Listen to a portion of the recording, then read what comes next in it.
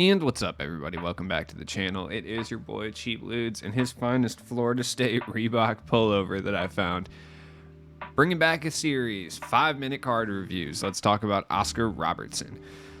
Now, looking at Big O, man, the key is he worth 1,000 tokens? I mean, that's the question that we're trying to answer today.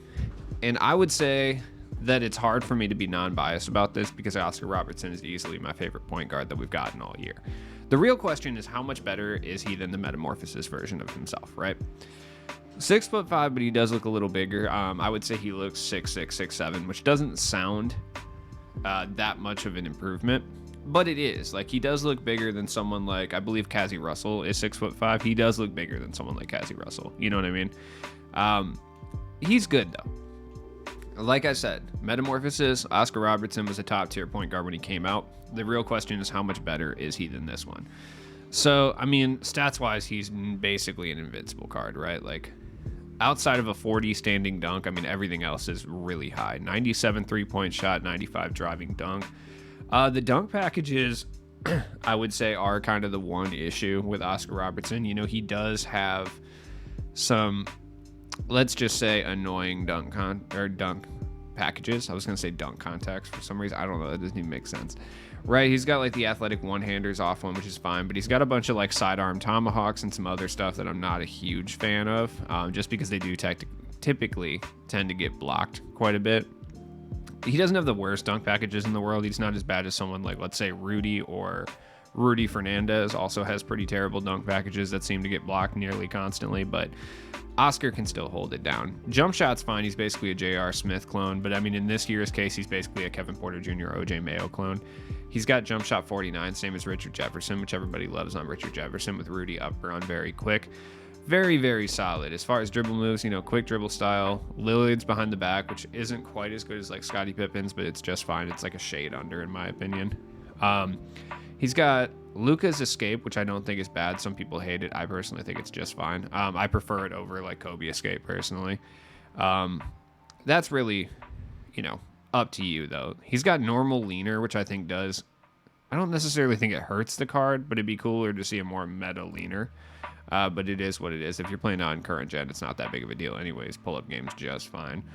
Like, everything else is good with Oscar Robertson. When you look at the defensive aspect as well, like 95 perimeter, he's got 80 interior defense. If you're playing on next gen, I don't think Oscar Robertson may be the best option because I think he will get bullied down low by someone like an Invincible Penny or a Magic or something of that nature. Everything else is elite though. I mean, 88 strength. Like I said, he's not the greatest interior defender, and that's something you just kind of have to accept. But I mean, the tendencies: 99 pass intercept, 99 on ball steal, 99 shot contest, 99 block.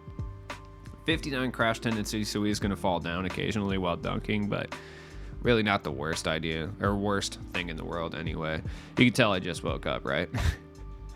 Badges are good: Hoff, catch and shoot, ankle breaker, hyperdrive, dimer. I mean, he's going to have all the badges you expect Oscar Robertson to have. But he also has some nice defensive badges like interceptor and intimidator, shooting badges like lucky number 7, blinders, circus threes, limitless spot up, chef, slithery finisher, quick first step. Like, there's not much this card doesn't have.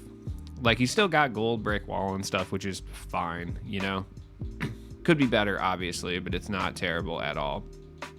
The key is, what badges does this card need? Really, none at all. I mean, he's pretty much got all of them at this point. Like, he may need rim protector if you're someone like that, and fade ace. I would say those are the only two that I would even give him. I mean, you could give him Lob City finisher if you want, but I don't think it's absolutely necessary. So let's go ahead and go take a look at shoot around and see how this card moves. It's really similar to the other one. All right, yeah, I mean, my man has hot zones everywhere, but I mean, so did his Galaxy Opal, so it doesn't really matter, I suppose. You know what I just realized? My boy Brad Davis hasn't got a card yet. I don't know why I'm bringing that up here, but it's necessary. The jump shot is elite. I'm having trouble greening it at the moment, but it is elite. Like, no lie. I've been playing online all day, and I've been having some serious delay. I mean, anybody who watched my stream knows what's up. The jump shot it's kind of weird to time, I would say, on current gen, unless you're adept and used to playing with these cards. And when I say these cards, I mean guys like Kevin Porter Jr., Oscar Robertson, O.J. Mayo, Richard Jefferson. It's going to be a weird timing. The Rudy upper's nice always, so, you know, that's going to help for sure, especially make the jump shot a little bit more on the meta side. It's easy to green, but it is really easy to miss time as well. But once you get a rhythm with this jump shot, I mean, it's pretty much game over, honestly. Like, it's one of those kind of jumpers. Now, he does have high speed, and like I said, his player build does make him look a little bit bigger, but like, he does kind of move sluggishly sometimes, but he can kind of ghost right into threes, and I mean, his pull-up is just fine. Like, once again, this is another jump shot that I feel like the pull-up is actually easier to green than the actual normal jump shot. That's my own opinion, though. Coming from the left side, though, the left side one is pretty bad. I will say that. So if you're going to pull up from the left side, I'm not recommending you do that. Off the dribble, I mean, he's going to boom. There's just nothing wrong with Oscar Robertson. My recommendation, outside of watching this video, which I'm sure is informative and great and nobody will have any problems with, certainly.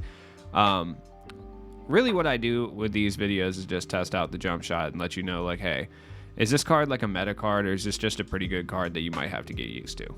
And in my opinion, for Oscar Robertson, this is a pretty good card that you're going to have to get used to. I don't view him as a necessarily meta card. You know what I mean?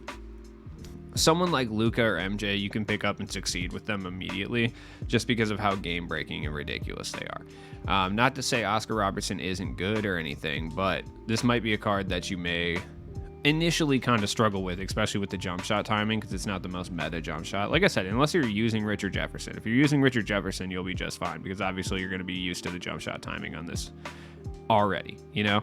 Because both of them have 49 on very quick. So that's going to be kind of the main difference there. But if you are not used to anybody using this jump shot, because we haven't had a lot of people who have used it, then it's possible that this is going to be a jump shot that may challenge you a little bit. Now, that being said, as far as free point guards, I mean, Big O is kind of up there as far as free point guards. Like, straight up, there really aren't that great of budget point guards at this point. Like, consistent budget point guards. Obviously, Denny's up there for sure, but he's kind of a specialist card in and of itself. Like, I feel like most people can't just pick him up and run him like that.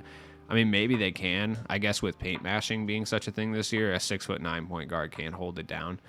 But when it comes to Big O, once you get used to Big O, as you can see, I mean, it took me a little bit of this video, but once I'm used to him, like, it is what it is.